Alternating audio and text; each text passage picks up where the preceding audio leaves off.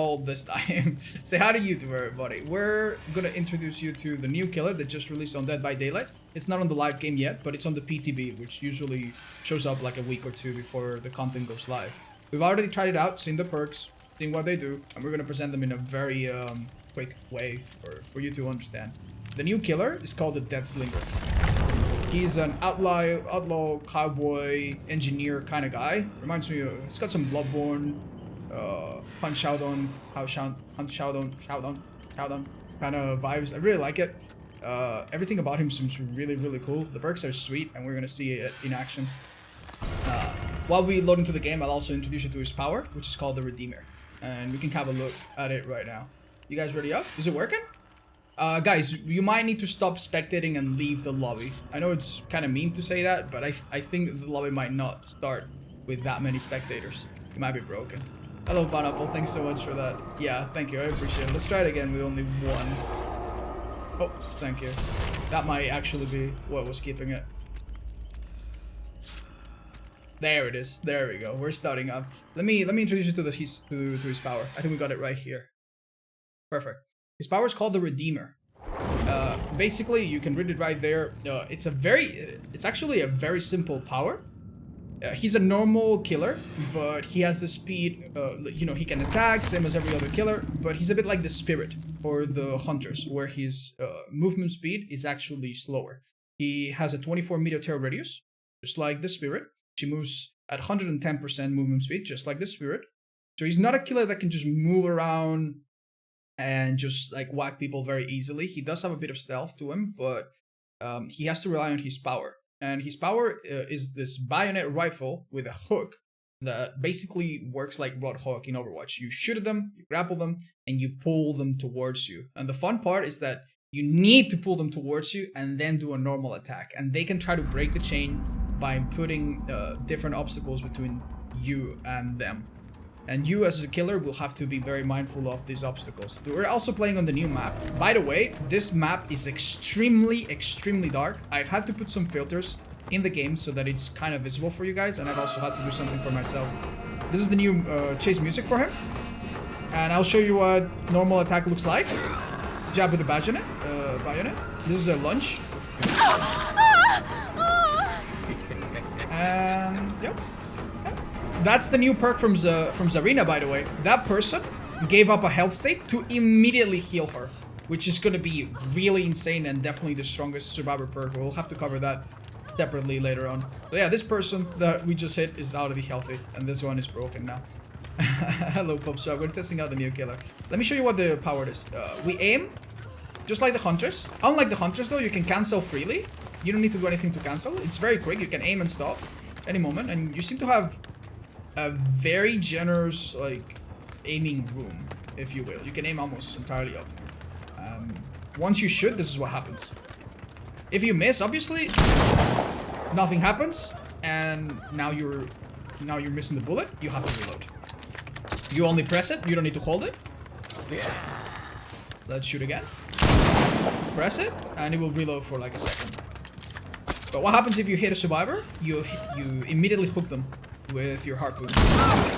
And now you're gonna have to hold M2, the same attack, the same button that you used to aim down to pull them towards you. They can fight against it by resisting. I imagine it's very similar to resisting a hook.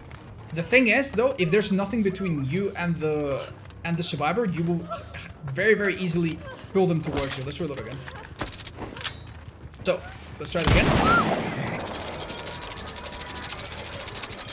As you can see, it's very simple. And once they have, and once they're in range, you can just do a little lunge and get them. However, survivors have a resource against this. What they'll try to do is put objects between you and them. And as you see, if there's objects between you and them, the chain will glow red, white, and it will break more easily. If it breaks, you're gonna be stunned. And it's a very long stun. A bit like a nurse fatigue. You don't really want to go through it.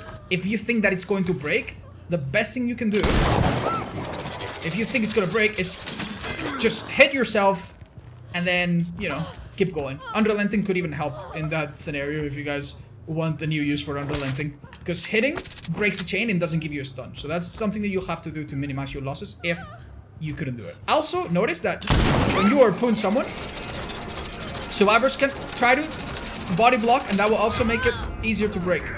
The person that you hit is immediately afflicted by the deep wound status effect. So similar to Legion, or when you hit someone with borrowed time. So hitting people like this and letting them go is not a bad idea. Just getting everybody injured a bit like Legion can, right? What about Enduring? Does it help? Probably not, because Enduring was made specifically to be for pallet stuns.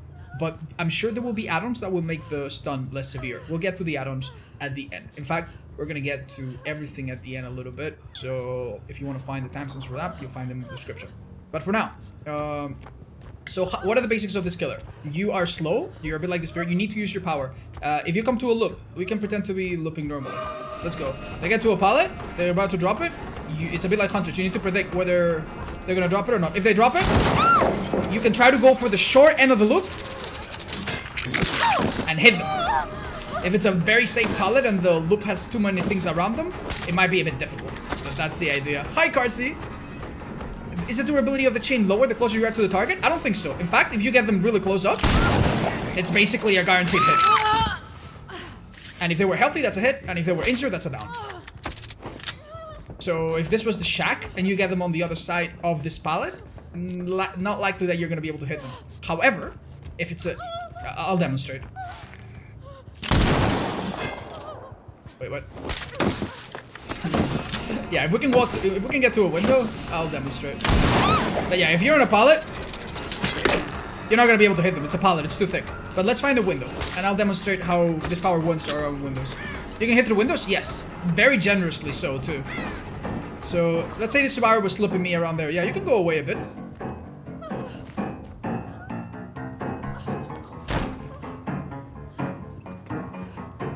Back to this. You can bring them through the window and then jab them through. Very, very important meta scenarios I get. But yeah, don't mind the piano. It's just a little nice feature, I guess. But anyway, yeah, that's the basics of his power. And even though there's gonna be a lot of, like, you know, it's a bit like Hunters. There's gonna be a lot of nuance to it. The basics seem very, very simple. Shoot, reload if you miss, even reload if you hit, and when you're at a loop, you have to be smart and respect the pallet if you want to shoot. And if you land it, you want to take them to the close side and hit. Do remember that you want to break the chain no matter what. You want to like hit them no matter what. If the chain breaks completely, you'll be stunned for a very long time. That's a bad thing.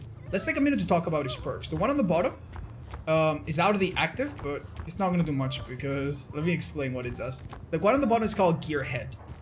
It's a very, very cool, I think might be very useful generator information perk. You need to activate it by hitting people twice with a normal attack. And I'm pretty sure that once you spear someone and you hit them, that's a normal attack, although we'll have to confirm.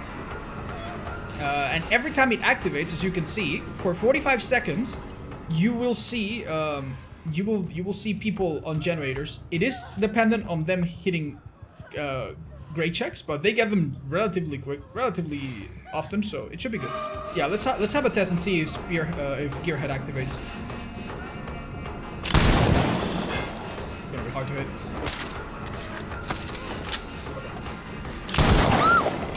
This is a normal attack. Does this count? It counts as a normal attack. So it's just like Nurse. You blink, you hit, normal attack. And this is you spear them, you reel them, normal attack. Perfect. So this perk will be active on any M1, but also on perks and screen. Don't worry, guys. I'm just letting that in so you can hide the fucking perks. You guys don't want to see the perks? We're just testing out the thing. Expose will be pretty good on this guy. That's a very good, very, very good observation. Will, thanks so much for that. But yeah, so hit them, reel them, hit them. We already know what this perk does. Let's get to the other ones. The second perk on the right is called Dead Man's Switch, and it's an obsession perk. It works a bit like Furtive Chase, where it requires you to hook your obsession, and once you do, it activates. And after that, you need to go for people on generators, interrupt them, and that generator will be blocked. It has a bit of like Thrill and Tremors vibe to it. I don't know how useful this will be because you need to 100% get the obsession. But yeah. And then the last perk is definitely the most impressive one for killer. let's forget about the chase music for a minute. Got a gimmicky perk? No, I think it could be useful, but we'll see. Thank you, Splatter. The last one is actually quite insane. It is a totem perk, alright? And it affects this totem that it takes up, but also affects all dual totems. So if survivors cleanse dual totems, which are the totems that are, you know, scattered throughout the map, there's always 5 of them. The ones that are don't have any hex. If they cleanse those, they will stop hearing your terror radius altogether for 45 seconds. That's what it does. So that means that if they decide to cleanse those to avoid Noed, to get inner strength, to get points, for whatever, they're gonna lose awareness. They're gonna be oblivious. They will not hear your terror radius and not be affected by anything terror radius related, which could be interesting. But the real kicker is if they cleanse this totem or any other hex totem, you're gonna see the auras of everyone. That is crazy good. If you pair this with Haunt the Ground and they cleanse Haunt the Ground, you will see where everyone is for 10 seconds and will be able to down them with the insta down. On some killers, that combo seems ridiculous. See, that's the auras. Because now I would have it. And we would immediately be able to know where they are. So it's a very, very strong hex protection tool that you could pair with Devour Hope, with Haunted Grounds, and on killers like a nurse, I imagine it's gonna be really, really rough. Yeah. Now, seeing all of that, I think it's time to see the Mori. You guys want to see it? Deadman switch with Nemesis? It could be interesting. If the kill doesn't seem too good at the moment, that could be entirely right, but don't lose hope. Ghosties was a horrible, horrible killer when they released them. And they kinda fixed it a bit by the end. It was kind of good. Okay, I think we're gonna go here. Hold up. Yeah, I think we can do it like this. I'll let you enjoy in all of its glory. Oops.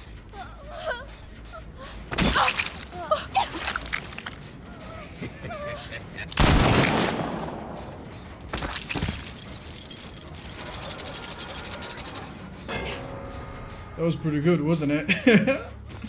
I love it. Come here. Now, unfortunately, I don't think we can Mori this person because they didn't get hooked. But that about covers it all. And after that, we can go and see the add-ons. You guys want to have a look? It looks pretty good, doesn't it? That's wall. That's right. That's right. Last thing we should check about this map, this is the new one, by the way, is that there are breakable walls. You stay in there, Ashes. And I really don't know where those are gonna be. The developers have said that they should have something to them that makes them easy to identify, so let's keep an eye out. I imagine they would be in like the main building or something, right? In the shack? There's the shack in this? Okay. Go and find it.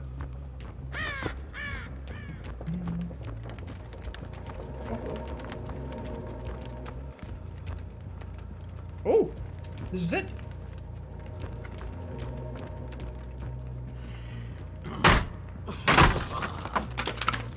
Ooh, alright. The animation seems different. It's not the same pallet breaking animation. Because this guy, he still uses his feet to break them. Nice. What is that piano all about? Yeah, this is gonna be anticlimactic. Oh, it's pretty cool. Lame, come on, what are you guys expecting? You went past the door, there was another one? You passed another door in the saloon, I think? Alright then, Ashes, give us a minute.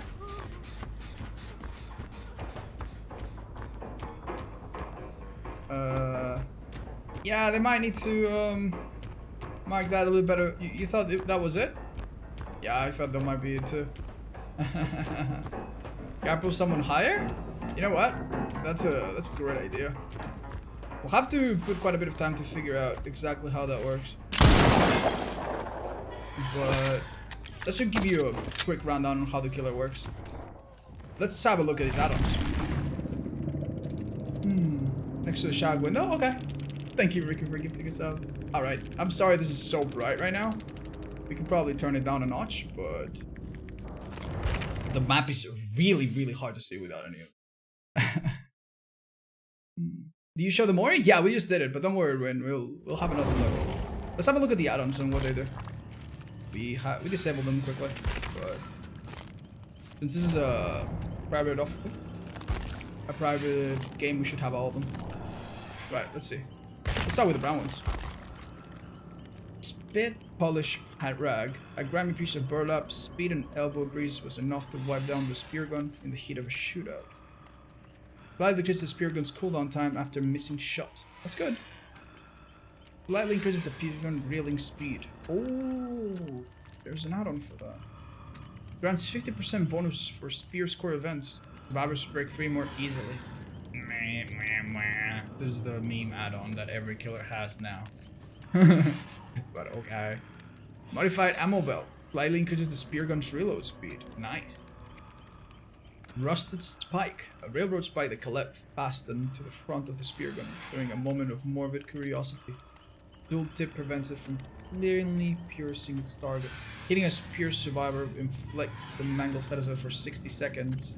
That's kind of nice, but it's only 60 seconds. So... it's kind of nice though. It's kind of nice. For a yellow, I guess it's appropriate. I know during a looking plan, Colette found that spears coated in its oil cause unbearable blistering around wounds. Slightly increased survivors' mending time when affected by the deep wound status effect. So this is literally the same as the knives for the lesion. It's nice. It could help a certain playstyle. Marshal's badge. Silver badge taken from the corpse of a lawman in the Arizona territory who interfere with the Hellshire gang's bounties. Slightly reduces the terror radius when aiming down the spear gun sights. Slightly reduces movement speed while aiming down the spear gun sights. Oh, I like that. It doesn't slow you down to aim down very much. At this, I guess there will be more add-ons like this, and it's supposed to make you stealthy as you approach. It'd be nice. You do not get to shoot people from that far away though. You cannot shoot them from 30 meters away or anything. Seems to be like 50 meters or so. The bullet that ripped through Caleb's jaw during a frenzied shootout, it brings back a burning desire for revenge. Slightly increases the movement speed while aiming down the spear gun sights. So you can use these two to cancel each other out. A can of clip-and sweat and tobacco leaves littered from the gutted body in Glenvale stimulates the nervous system. Moderately decreases the stun duration when survivors break free from the spear gun. This ideally you should never use, because you should always be like, okay, if they're not going to escape, if they're going to escape, I'm going to just hit and cancel it. The Warden keys. The dual jangle of the keys evokes a fierce memory within Caleb. Moderately increases the spear gun's reload speed. That will always be good, because if you find multiple survivors, you'll always be able to get a hit and reload, and hit the next person, get everybody injured. The yellow remains of a wanted poster for Mason Kelly kept Caleb focused on the hunt. Moderately increases movement speed while aiming down the spear gun. I hate the fact that they make multiple add-ons to the same thing, and they just increasingly, like, this one will probably be really bad, and this one will probably be bad, this will be better, and the next one will be terrible. So, but we'll see. Thin oil can. A can holding a small amount of oil to reduce the friction in machinery. Early models of the spear gun goes notorious for jamming, and oil had to be readily available. Moderately decreases the spear gun's cooldown after missed shots. You really don't want to miss shots, but we'll see how often that happens. Honey Locust Thorns.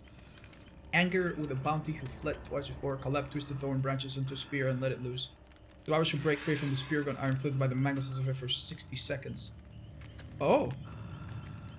That's kind of cool, I guess. For green, I don't know though. Bayshore's Gold Tooth. A golden tooth torn from Henry Bayshore as he screamed for mercy hours before he was finished off. Moderately increases the spear gun's reeling speed. That would probably be one of his better ones. Sims. No problem. Thank you, Pixlar. Prison chain. A thick, heavy chain that once held a steel ball and latched to Caleb's ankle. It's been repurposed to hook onto a spear. Considerably increases the charges required for a survivor to break free from a spear. So this is exactly, I mean, it's basically the same thing, right? This one will let you hit them quicker, which is good, and this one will let you pull them for a longer time, which in the long term does the same thing, and it will probably be one of the very good ones, because it will mean that you can get hits through pallets in bigger loops and so on, as we've seen. Gold Creek whiskey. Warm comfort in a bottle that quell collapse anger and slow his step. Moderately reduces terror radius while aiming on the spear gun sights. Moderately reduces movement speed while they're on the strike. That would be cool. I would love if you could do this and have a very tiny terror radius and just like snipe people. That would be really interesting. We'll see how good these add-ons are though. Bayshore cigar. A quality cigar plucked from the jacket of Calypso bows while he wailed over the spear lodged in his abdomen. Considerably decreases stun duration when survivors back from spear. Okay, if it's good enough, I guess. You could help a certain playstyle. Barbed wire. Pliable American-made steel lined with sharp barbs. Despite its simplicity, a fun wrap around the spear to increase suspicion. Smartly increase survivors doing time to defend that they build satisfaction. Again, just like the Legion Filthy Blade. This could be good if the numbers are good on this, and it's not like 1.5 seconds. If numbers are good, this means that if there's multiple survivors, you can hit them, let them go, and you'll be really slowing down everybody. Let's go for the ultra rares, which we're obviously excited about. Iridescent coin. A glass-like coin molded from the fog itself. Payment to the bounty hunters for services rendered. Survivors spear from at least 50 meters away. Okay, so you can do it from further. Crazy. Are inflicted by the exposed status effect for as long as they remain speared. Wow. How will you ever catch a survivor that's... Can you really reel them in from that far? That's insane. That's really cool. Whoa, 50 meters away though. Yeah, that's really cool. It's really big. Yeah, it's really big. You might have to pair this with Prison Chain or with the Gold Tooth so that you can actually get them from that distance. And the other ultra rare, that one seems cool though. Hellshire Iron. The Hellshire gang's branding iron, despite folklore, it never made its mark on new initiates, instead having been used to brand particularly quarrelsome bounties. For as long as survivors remain spear, the auras of all survivors within your territories are revealed. Oh, wow, that's good. Only problem, of course, is that his territory is just not that big, but still, seems nice.